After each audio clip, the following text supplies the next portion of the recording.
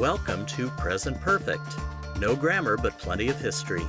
I'm Don Congdon, your host and guide, helping you explore how the past reaches out and touches the present.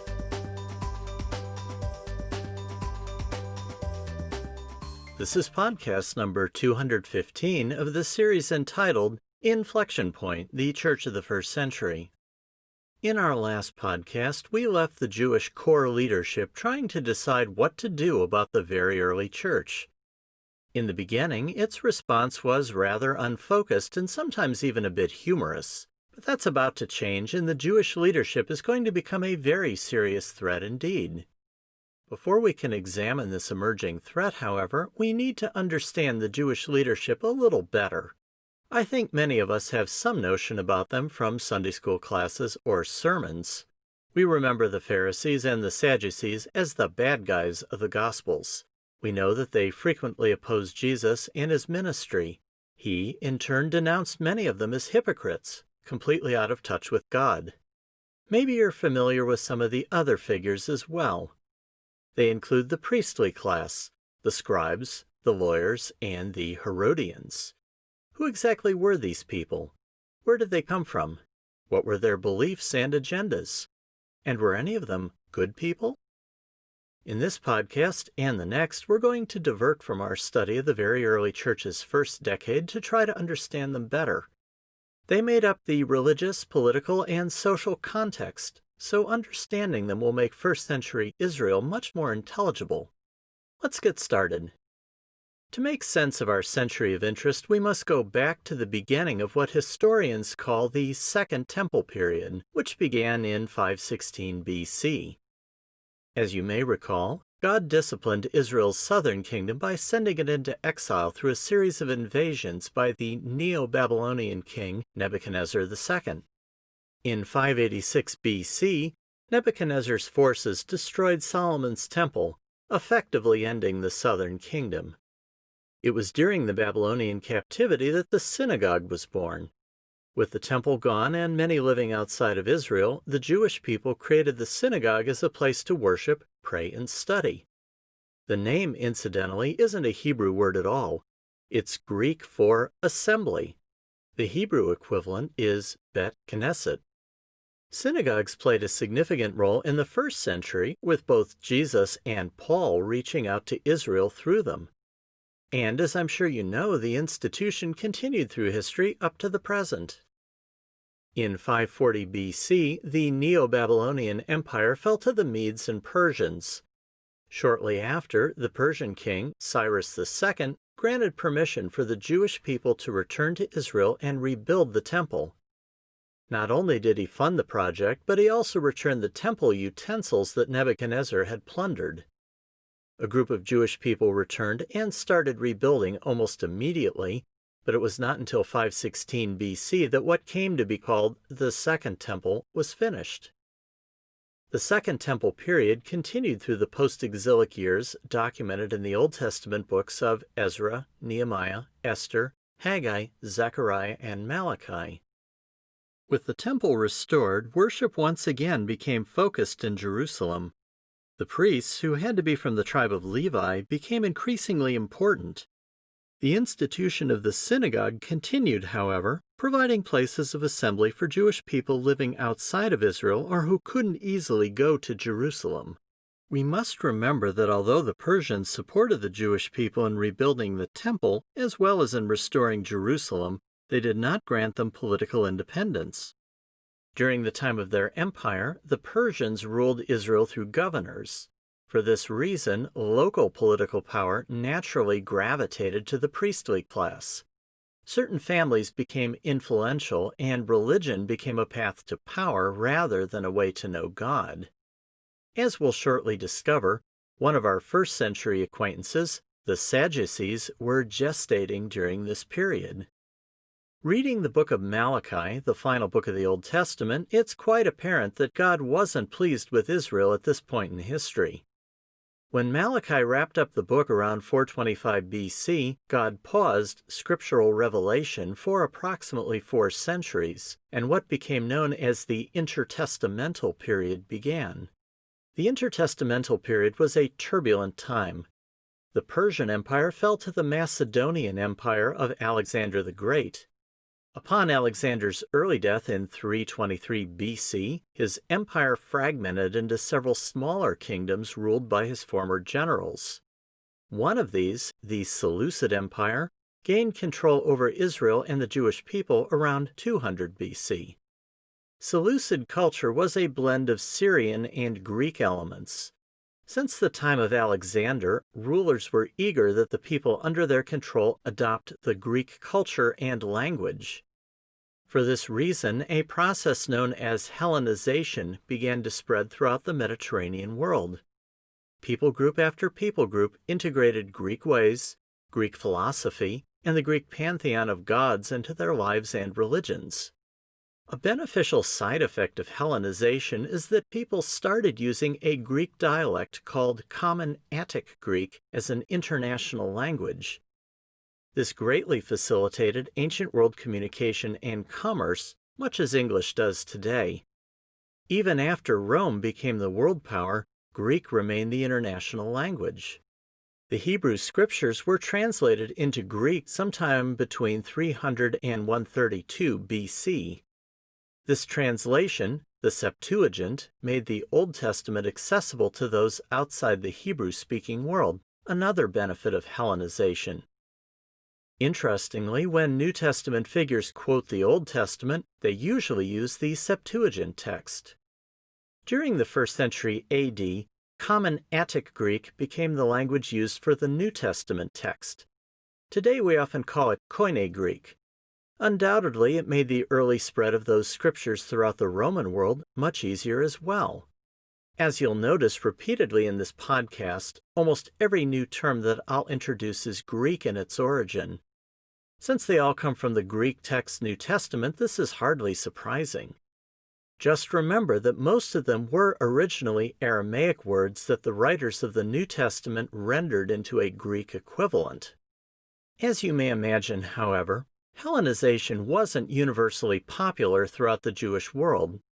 Many saw Greek culture as hostile and spiritually corrosive. Some Seleucid rulers tried to force Hellenization onto subject peoples, making the whole topic a political powder keg. The priestly class was divided on this subject, with some priests becoming politicized and adopting Hellenization as a way of getting ahead. Some of those who did became known as Sadducees. They were almost always a minority and were rarely popular with ordinary people, but they represented an elite power class and were therefore important and influential. By the 1st century AD, they had integrated themselves into many of the highest offices in Israel. We don't know exactly where the name Sadducee comes from. The word itself is Greek, but the Hebrew equivalent is uncertain. There are several theories, including one suggesting that the term comes from the name Zadok, but scholars haven't been able to reach a consensus. Not all Jewish people accepted Hellenization. Matters came to a head when the Seleucid ruler Antiochus IV instigated a persecution against traditional Judaism by siding with the Hellenists, desecrating the temple, and attempting to impose the worship of Zeus. This generated a series of revolts around 167 BC, led by a family of 5 brothers who became known as the Maccabees. By 160 BC, they had ended Seleucid rule in Israel, achieved independence for the Jewish people, and established their own dynasty, the Hasmoneans. Modern scholars speculate that the Maccabean revolts may have been motivated by the need to displace Hellenistic Judaism from power as much as to end Seleucid rule. If that be true, their actions were as much a civil war as a patriotic attempt to regain autonomy for Israel. One of the main historical sources for this period is the pair of apocryphal books known as 1st and 2nd Maccabees. If you listen to the first season of this podcast, we discussed them briefly in podcast number 105. Incidentally, the word Maccabee was not originally a family name. Many scholars think it's an epithet derived from an Aramaic word for hammer. If so, it's appropriate for a warrior family. It was during the time of the Maccabean revolts that a second major religious movement called Pharisaism began. Pharisees opposed Hellenization and supported the Maccabean revolts as a means of restoring a purer Judaism. In general, however, they weren't politically ambitious. Once the Sadducees had been driven out of power and proper worship restored, they had little interest in furthering the expansionist ambitions of the Hasmoneans. The word Pharisee is Greek and means separatist, which fits with what we know of their movement. Its primary agenda was religious, focusing upon pure worship and uncorrupted Judaism. Pharisees emphasized tradition, a quality that often led to their clashes with Jesus. Pharisaism emerged out of a general trend in post-exilic Israel that was probably a reaction against the priestly class's growing elitism. Prior to the Babylonian captivity, the priests were the scholars, legal experts, and teachers of Israel. Afterwards, those from outside the tribe of Levi began to enter the world of scholarship. These became known as scribes, lawyers, and rabbis. Their work focused upon studying and copying the Hebrew Scriptures, as well as teaching and writing commentaries. Some also preserved and passed along something called the oral Torah. This was a collection of traditions and interpretations associated with the Torah, what we call the Pentateuch. They claimed that these were a kind of secondary Hebrew Scriptures believed to go back to the original giving of the law at Mount Sinai. Pharisees came from amongst these professional scholars, so the New Testament often mentions their names together. Do a search through the Gospels and the phrase scribes and Pharisees comes up frequently. Not all scribes and lawyers were Pharisees, however. Search the Gospels and you'll also find scribes associated with the priests. Since they came from all tribes and were perceived as less elitist, the Pharisees were relatively popular with ordinary people. I think you're probably getting the first century picture by now. Israel's core leadership was highly factional, with people aligned by movements, sects, families, political parties, and professional societies. At times, they worked together against what they perceived as a common enemy. Sometimes they pursued a common goal. On other occasions, they fought bitterly, jockeying for power, influence, or ideological agendas. Not too different from any human society.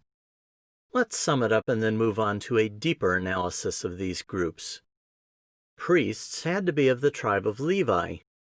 According to the law, only they could officiate in the temple. By the first century, they were a powerful class dominated by certain families. Much of what they did was political, and their interest in God was often minimal.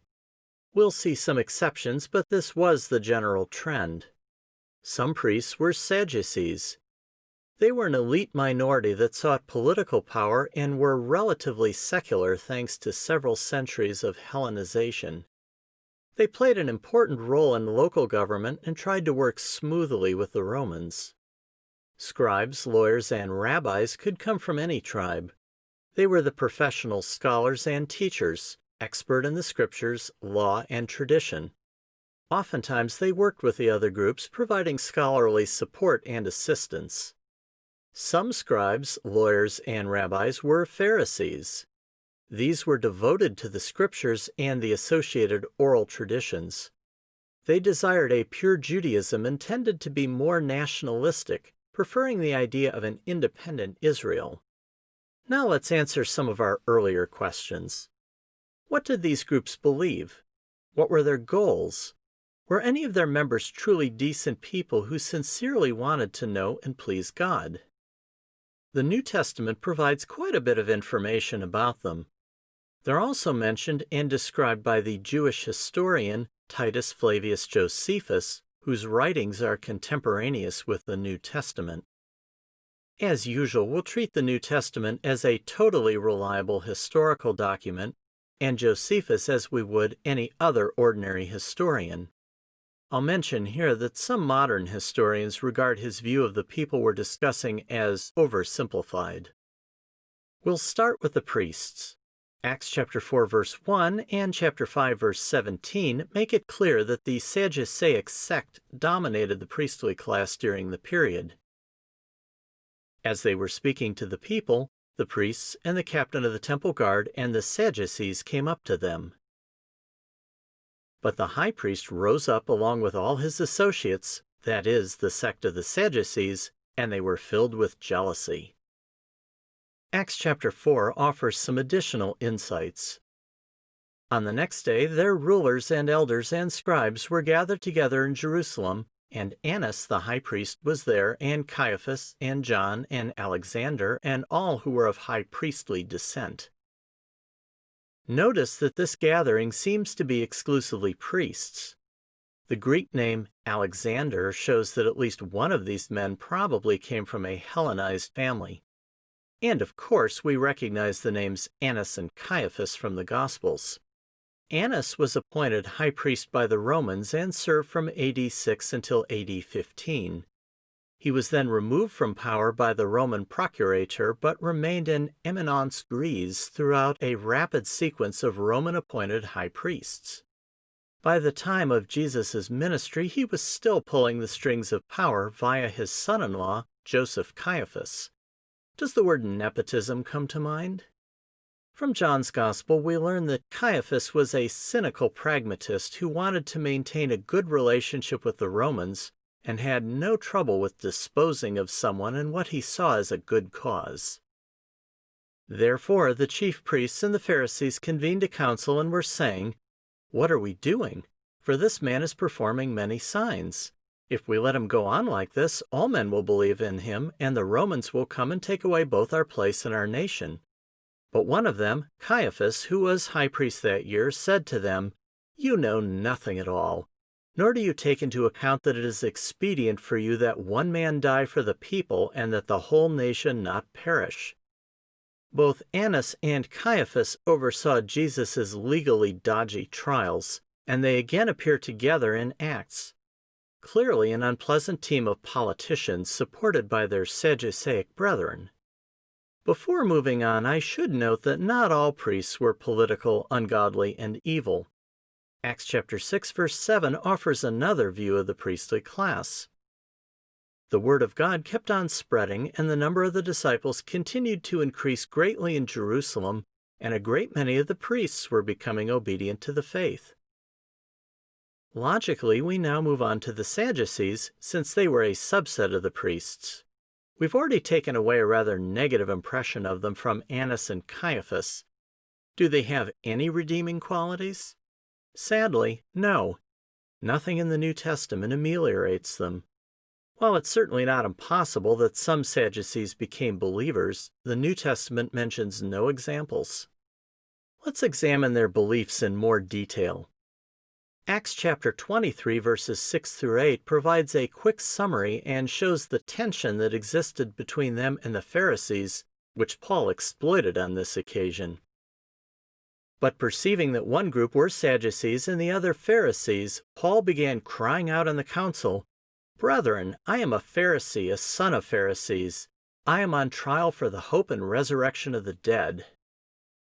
As he said this, there occurred a dissension between the Pharisees and Sadducees, and the assembly was divided. For the Sadducees say that there is no resurrection, nor an angel, nor a spirit, but the Pharisees acknowledge them all. From this passage, we learn that the Sadducees believed only a subset of the Old Testament's teaching. Several second-century church fathers claimed that they rejected everything but the Torah. Modern scholars disagree, suggesting that the Sadducees rejected the oral Torah and Pharisaic tradition, believing that only the written scriptures were authoritative. If so, then in this they were correct. But they also seem to have been highly selective about what they accepted from the rest of the Old Testament. This is not so good. By rejecting angels and spiritual beings, the Sadducees seem to be materialist in their worldview. Some speculate that they arrived at this position through overcompensation in response to some extreme Pharisaic ideas about angels and demons. We also know both from the New Testament and Josephus that the Sadducees rejected bodily resurrection. Scholars disagree upon whether they rejected the entire concept of an afterlife or not. In my opinion, given their Greek bias, it's likely that they held a Greek view of an afterlife. Bearing in mind that Greek thought was never homogeneous, the traditional Greek view of the afterlife was rather bleak. The dead continue on consciously but with a complete sense of meaninglessness in a place known as Hades or the underworld. The Greeks generally rejected the idea of a physical resurrection, seeing it as nonsensical and even offensive. We'll encounter this view amongst the Greek philosophers of Athens when Paul addresses them on Mars Hill. The Sadducees' rejection of a resurrection could well have had a similar basis. Finally, the Sadducees seem to have aligned with a philosophy that rejects divine providence, seeing outcomes on earth purely as the result of individual choices. Again, this fits with a materialist worldview. We now come to our last group, the Pharisees. Unfortunately, they're the most complex group, and our time is up. Let's wait until next time to examine them so we can do them full justice. After all, one of the major writers of the New Testament was a Pharisee, so there must have been more to them than our simple Sunday school perspective provides. Something to look forward to. So until next time, I'm Don Congdon, and this is Present Perfect. Have a great day. Present Perfect is a copyright of Don Congdon. Music is copyright Footage Firm Incorporated. Scripture quotations are from the New American Standard Bible, which is a copyright of the Lockman Foundation. This podcast is available on YouTube, Apple Podcasts, and Stitcher. Just search for Present Perfect Church History.